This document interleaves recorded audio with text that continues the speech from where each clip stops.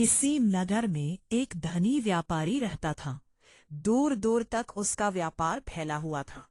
नगर के सभी लोग उस व्यापारी का सम्मान करते थे। इतना सब कुछ संपन्न होने के बाद भी वह व्यापारी बहुत दुखी था, क्योंकि उसका कोई पुत्र नहीं था, जिस कारण अपने मृत्यु के पश्चात व्यापार के उत्तराधिकारी की चिंता उसे हमेशा सताती रहती थी। पुत्र प्राप्ति की इच्छा से व्यापारी प्रत्येक सोमवार भगवान शिव की व्रत पूजा किया करता था और शाम के समय शिव मंदिर में जाकर शिवजी के सामने घी का दीपक जलाया करता था। उसकी भक्ति देखकर मां पार्वती प्रसन्न हो गई और भगवान शिव से उस व्यापारी की मनोकामना पूर्ण करने का निवेदन किया। भगवान शिव बोले, इस संसार में सबको उसके कर्म के अनुसार फल की प्राप्ति होती है। जो प्राणी जैसा कर्म करते हैं उन्हें वैसा ही फल प्राप्त होता है। शिवजी द्वारा समझाने के बावजूद मां पार्वती नहीं मानी और उस व्यापारी की मनोकामना पूर्ति हेतु वे शिवजी से बार बार अनुरोध करती रही। अंततः माता के आग्रह को देखकर भगवान भोलेनाथ को उस व्यापारी को पुत्र प्राप्ति का वरदान देना पड़ा। वरदान देने के पश्चात भोलेनाथ मां पार्वती से बोले, आपके आग्रह पर मैंने पुत्र प्राप्ति का वरदान तो दे दिया, परंतु इसका यह पुत्र 16 वर्ष से अधिक समय तक जीवित नहीं रहेगा। उसी रात भगवान शिव उस व्यापारी के स्वप्न में आए और उसे पुत्र प्राप्ति का वरदान दिया। पुत्र के 27 से जीवित रहने की बात बताई। भगवान के वरदान से व्यापारी को खुशी तो हुई, लेकिन पुत्र की अल्पायु की चिंता नहीं उस खुशी को नष्ट कर दिया। व्यापारी पहले की तरह सोमवार के दिन भगवान शिव का विधिवत व्रत करता रहा। कुछ महीनों के बाद उसके घर एक अति सुंदर बालक ने जन्म लिया और घर में खुशियां ही खुशियां भर गई। बहुत धूमधाम से पुत्र जन्म का समारोह मनाया गया, परंतु व्यापारी को पुत्र जन्म की अधिक खुशी नहीं हुई, क्योंकि उसे पुत्र की अल्प आयु के रहस्य का पता था।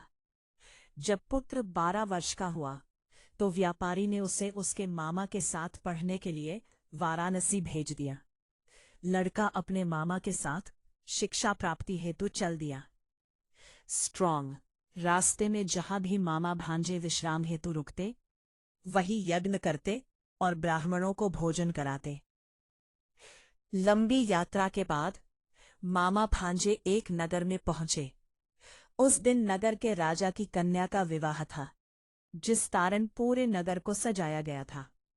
निश्चित समय पर बारात आ गई, लेकिन वर का पिता अपने बेटे के एक आंख से काने होने के कारण बहुत चिंतित था।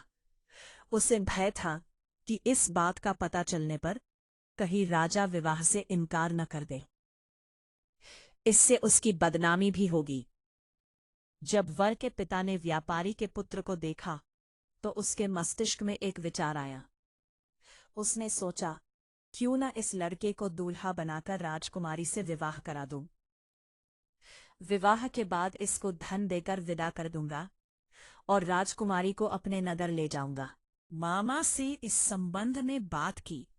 मामा ने धन मिलने के लालच में वर के पिता की बात स्वीकार कर ली। लड़के को दूल्हे का वस्त्र पहनाकर राजकुमारी से विवाह कर दिया गया। राजा ने बहुत सारा धन देकर राजकुमारी को विदा किया।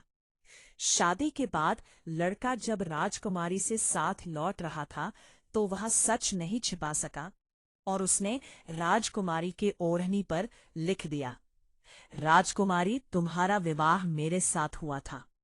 मैं तो वाराणसी पढ़ने के लिए जा रहा हूं और अब तुम्हें जिस नवयुवक की पत्नी बनना पड़ेगा वह काना है।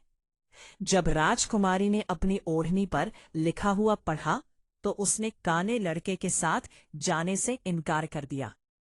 राजा को जब ये सब बातें पता लगी तो उसने राजकुमारी को महल में ही रख लिया। उधर लड़का अपने मामा के साथ वाराणसी पहुंच गया और गुरुकुल में पढ़ना शुरू कर दिया। जब उसकी आयु 16 वर्ष की हुई तो उसने यज्ञ किया। यज्ञ की समाप्ति पर ब्राह्मणों को भोजन कराया और खूब अन्न वस्त्र दान किए। रात को वह अपने शयन कक्ष में सो गया। शिव के वरदान के अनुसार शयनावस्था में ही उसके प्राण पखेरु उड़ गए। सूर्योदय पर मामा मृत भांजे को देखकर रोने पीटने लगा। आसपास के लोग भी एकत्र होकर दुख प्रकट करने लगे। लड़के के मामा के रोने विलाप करने के स्वर समीप से गुजरते हुए भगवान शिव और माता पार्वती जी ने भी सुने। माता पार्वती ने भगवान से कहा, प्राणनाथ, मुझे इसके रोने के स्वर सहन नहीं हो रहे। आप इस व्यक्ति के कष्ट को अवश्य दूर करें।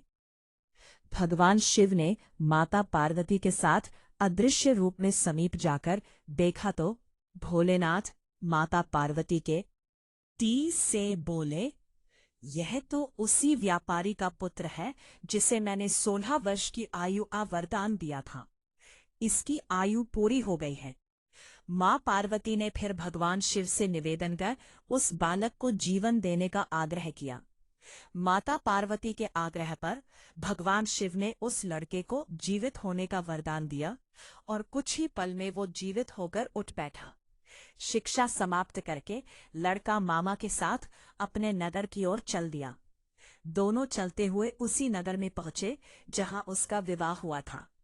उस नगर में भी यज्ञ का आयोजन किया। समीप से गुजरते हुए नगर के राजा ने यज्ञ का आयोजन देखा और उसने तुरंत ही लड़के और उसके मामा को पहचान लिया। यज्ञ के समाप्त होने पर राजा मामा और लड़के को महल में ले गया और कुछ दिन उन्हें महल में रखकर बहुत सा धन, वस्त्र आदि देकर राजकुमारी के साथ विदा कर दिया। इधर भूखे प्यासे रहकर व्यापारी और उसकी पत्नी बेटे की प्रतीक्षा कर रहे थे।